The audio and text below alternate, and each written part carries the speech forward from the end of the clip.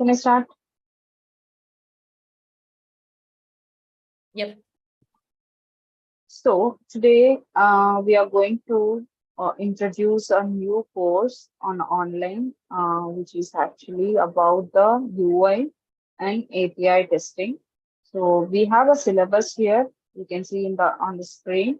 Like we have multiple things to discuss on. So the primarily we are going to discuss on UI manual and automation testing. So this includes we are including a Java programming language to automate the web applications incorporated with the Selenium WebDriver. So initially we start with the Java programming where a different logical understanding about the concepts like we have OOPS concepts, we have conditional statements, loops, and then we have like static, non-static, and all the other things about mainly core Java will focus on the module one. When it comes to the module two, it's mainly focuses on Selenium. Generally, we have a components of Selenium here, like Selenium IDE, Selenium RC, WebDriver, then Selenium Grid, but we are not going to explore any other Selenium component rather than only it is Selenium WebDriver. So initial stages of Selenium have developed IDE, which is the record and playback feature, but that is not so successful because it doesn't support multiple platforms. Then it comes to Selenium RC, and RC basically the remote control, which needs the server control with us, and it is also of course it is supports multiple platforms, but it is still have a server access, so it is not that successful. Then it comes Selenium WebDriver, which is more successor than the other two components of Selenium, which is IDE and RC. So Selenium WebDriver will be providing a feasibility to interact with the web applications directly by taking the web element reference. So it generally we have a library, Selenium Java library we have. So from that we have multiple methods, inbuilt methods, which is developed by the Selenium developers. So everything is already developed and kept it ready. So we should only invoke the methods whenever we require, and then we will utilize for our automation of web applications. And comes to the Selenium Grid. Selenium Grid is a concept where we can able to perform multiple platform testing at the same point of the time, and we can do the parallel testing. We can use at the same, for example, source code will be available in one system, but the launch can happen in multiple systems. It is up to 50 systems we can able to launch the application, and these 50 systems, like the platform we can select, and what browser we want, we can able to set up. We basically set some capabilities in the origin system, like a main system. So as per that capabilities, this all other 50 systems will be functioned so that we can achieve a parallel testing and the performance testing, all that. And comes to functional testing, by using a Selenium WebDriver, we can perform the functional testing of a different UI applications. And the Selenium will support multiple domains like a banking domain, financial domains, and it also supports the e-commerce domain and retail domains as well. So whatever the domain it is, but the only barrier here is if the application is not in consistent form and the application is in a dynamic functionalities are available in the application, it is not so possible for us to automate the web application. So mostly this, whatever the domains I spoke, so most of them will be always constant. So the features, for example, login is there, register is there, booking some product. The flow may not be changed. Maybe the data can change, but the flow will be still constant. So this is where actually Selenium will be really helpful. Like these are the applications which are constantly running, and the modules are the functionalities in the applications are very much stable. So it is very good for us to use Selenium WebDriver to automate such kind of features, such kind of functional features. So we can do different kinds of like we can able to automate text boxes, buttons, drop downs, alerts, different windows we can able to handle. We will be having a concept called frames. We can handle frames, calendars we can handle, data tables also we can handle. We can do the different kinds of actions like we can double click, right click, click and hold, mouse over, drag and drop. So such kind of actions also we can able to perform by using this Selenium. So as I said, Selenium have lot of classes and methods which are predefined already. So it is only like you can create a object for such kind of, for example, we are handling the drop down. So we have a select class from Selenium. So we'll create an object for the select class. So as soon as you create an instance for that particular class, you can able to invoke the methods from that particular class. So we can able to use all the methods like, select by value, visible text, and the deselect.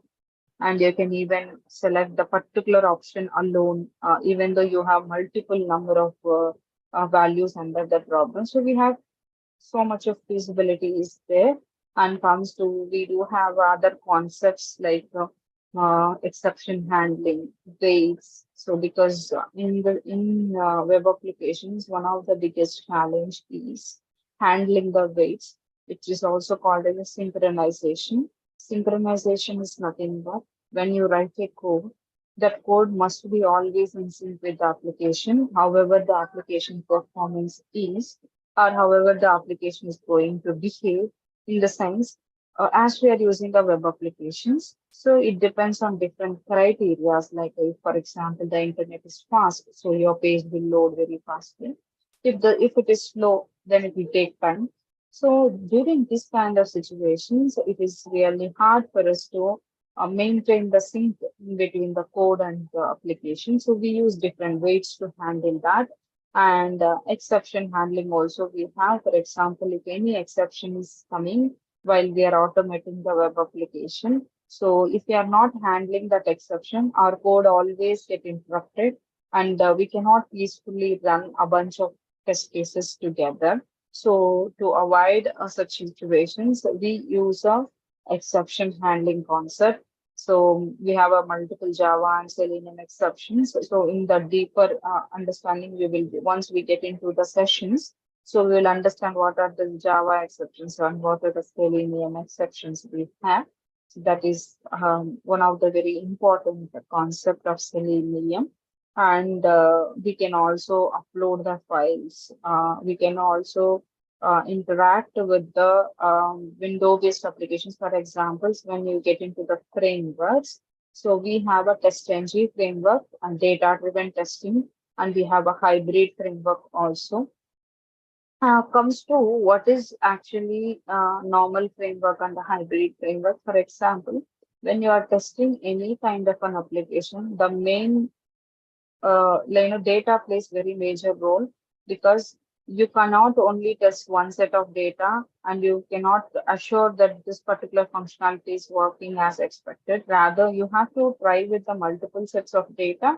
So then only we can try the different scenarios like a positive and negative scenarios and make sure that yes, however the user is going to use this particular application, still it is working as per the requirement or as expected. So to make ensure that we have to perform the data-driven testing. So we have a concept called data provider class from TestNG. So TestNG, one of the beautiful concept it is. So we can able to fetch the data from Excel. So it is not so good to keep the data in the framework level itself. So we have a feasibility like you have an Excel, you can provide however how much ever data it is. So still with this one class of data provider, you can able to fetch number of sets of data, and with one run, all these data is going to be tested in the application, and we are going to get the result of it. So likewise, we can achieve the data-driven testing. And comes to hybrid framework, not only the data-driven, if you can able to include some other features to make ensure that the framework is very easy to understand, reliable, reusable. So no need to spend a lot of time while enhancing that framework. So we will go with the hybrid framework. This hybrid framework consists of multiple technologies. We are going to use a different dependencies like extent reports, because Selenium, one of the disadvantages, it doesn't provide a default reporting. Of course, TestNG will provide the default reporting, but that is also not sufficient for us because each step log we must to know, like what is happening with that particular step. And that is only possible when you incorporate your framework with the third party dependencies like extent reports. So these reports are very flexible reports and customized reports. Like you can customize the text, the log statement you want along with the screenshot. We can capture the screenshot also so that we understand whether that stuff is pass or fail. If it is pass, why? If it is fail, why? So everything you can see in the extent reports. And comes to the page object model page factory we are going to implement here. This helps us to capture the locators and keep it in a class-wise manner, that each page will be into each class, and we will capture the locators from that particular page, for example, home page, registration page, and buses page, trains page, hotels page. Like I'm talking about one travel booking application. If you have, for example, a net banking application, then you have a login, you have a main home page, and you have a balance inquiry, fund transfer, balance, and then adding the beneficiary. So, and creating the debit card and applying for a checkbook. So we have multiple modules. So each page objects you will capture and keep it in each class so that you know one particular locator we can use it for multiple number of times. So that's how actually the page factory will work. And the next thing is test engine annotations. We have multiple annotations from test engine which will help us to streamline our execution, like what to run first, what to run next. So such kind of a streamline we can do by using the custom G annotations. We can also use the parameters for the cross-browser testing. We can also use the invocation count, like each test case you want to run multiple times, then with the same data, you can use invocation count. You can prioritize the test cases like priority equal to, you can put it in from 0, 1, 2, 3. So on the basis of the priority you have defined, it will execute in the same way. And we do have ignore, so we can ignore certain test cases also. So like that, we use the testing annotations to streamline the execution. And we do have a testing assertions also, because it's not always just entering the value or clicking the value or selecting the value. Sometimes you have to validate the text which is appearing in the application, in the web applications. For example, a customer is entering a wrong data in the text box, which is mandatory. So obviously that particular box will throw an alert saying that this is not the right data, so and so data is the right one. So it will just give us some text. So when you are manually testing an application, you can understand, okay, this is correctly coming or not, because we always have the expected value with us as a tester. And actual value you can see in the application. But when it comes to automation, so you already have an expected value with you, and you have to get the text from the application, and you can do the assertions. We have a soft assert and hard assert. So different kinds of assets also there in the test engine. So by using these assets, so we can able to validate them easily. And coming to the version control, we use a Git and GitHub. So Git and GitHub are version control tools. For example, in a team, 4 to 5 people are working for a project. It is not like every individual have its own framework. Rather, everyone should follow one uniform framework, and that only possible whenever they are having one repository and which is holding all the updated framework in a very regular basis. How it works in the sense, once anyone is working in a framework and they added some code into it, and they must push that code into the individual branches. And from there, after review is done, so it is merging with the main branch. This has to be done from every individual so that, and before you are working on the framework, for example, in a daily basis also sometimes, if you are really adding a code into the framework, every day you have to import, you have to pull the latest code from the main repository so that your code will be always updated and you no need to recreate the things again and again. Rather, we can able to use, for example, I created a login. You no need to create login again because as we are all using a uniform framework. So that is only possible by using the version control tools such as Git and GitHub. We have a Bitbucket also, which also works in the same tool. And comes to Jenkins, Jenkins will be used for a continuous integration and continuous deployment, which has a very good track of our work. Like for example, that individually we are executing the test cases. That is only up to one level. But when it goes to beyond, like we have a proper streamlining of the system, so it is only comes with the CI/CD. Like whatever the regression test cases you have, if that the test cases are regular on the regular basis, it should be done. So you no need to waste your time on that while to execute them on the local system. So because the Jenkins kind of a CI/CD tools will give a feasibility to run our code in a pipeline basis. Like, we can able to create a jobs and we can give certain time. For example, in a day, morning which should run, evening which should run, or in a week, so and so time which should run. So you can configure the time and all so that, at that particular point of time, without a manual interruption, the job will pick from the pipeline and it will execute. And you no need to connect or you no need to on the system or anything. It will run by default. So this is very, very good way, and we also get the reporting as well. You can able to send the emailable report, and so that it is easy for us to understand what is going on with the report and why the test cases are like out of 100 test cases in the regression suit, how many passing and how many fail. So everything you can get to know. So this is about the Jenkins, and apart from this, this is the entire course. Entire course we are going to cover, like starting with Java, Selenium concepts, testing frameworks with TestNG and Hybrid, and then GitHub for version control and code sharing, and then Jenkins for scheduling the job. So this is all about the at glance about our course. And if anyone learn the concepts which is presented here, it is more than enough for anyone to automate whatever the domain applications is. But practice is must required for every concept, and even the entire course is going to happen in the same way. So the concept, then after the practice. Yes.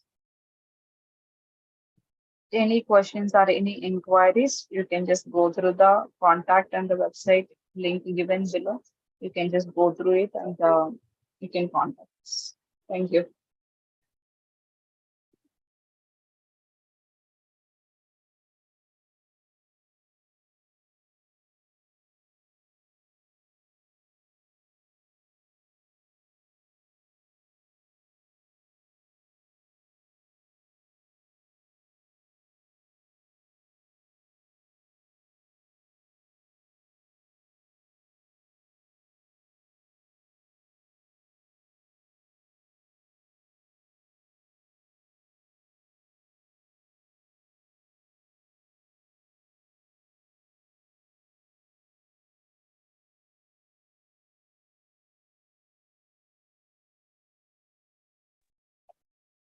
So are we gonna have class like every day or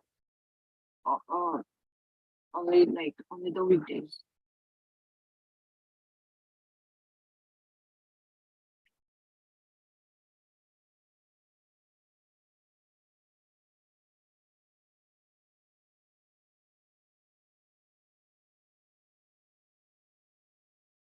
Yeah, Sumaya, I can check with Afrin person on this. Okay.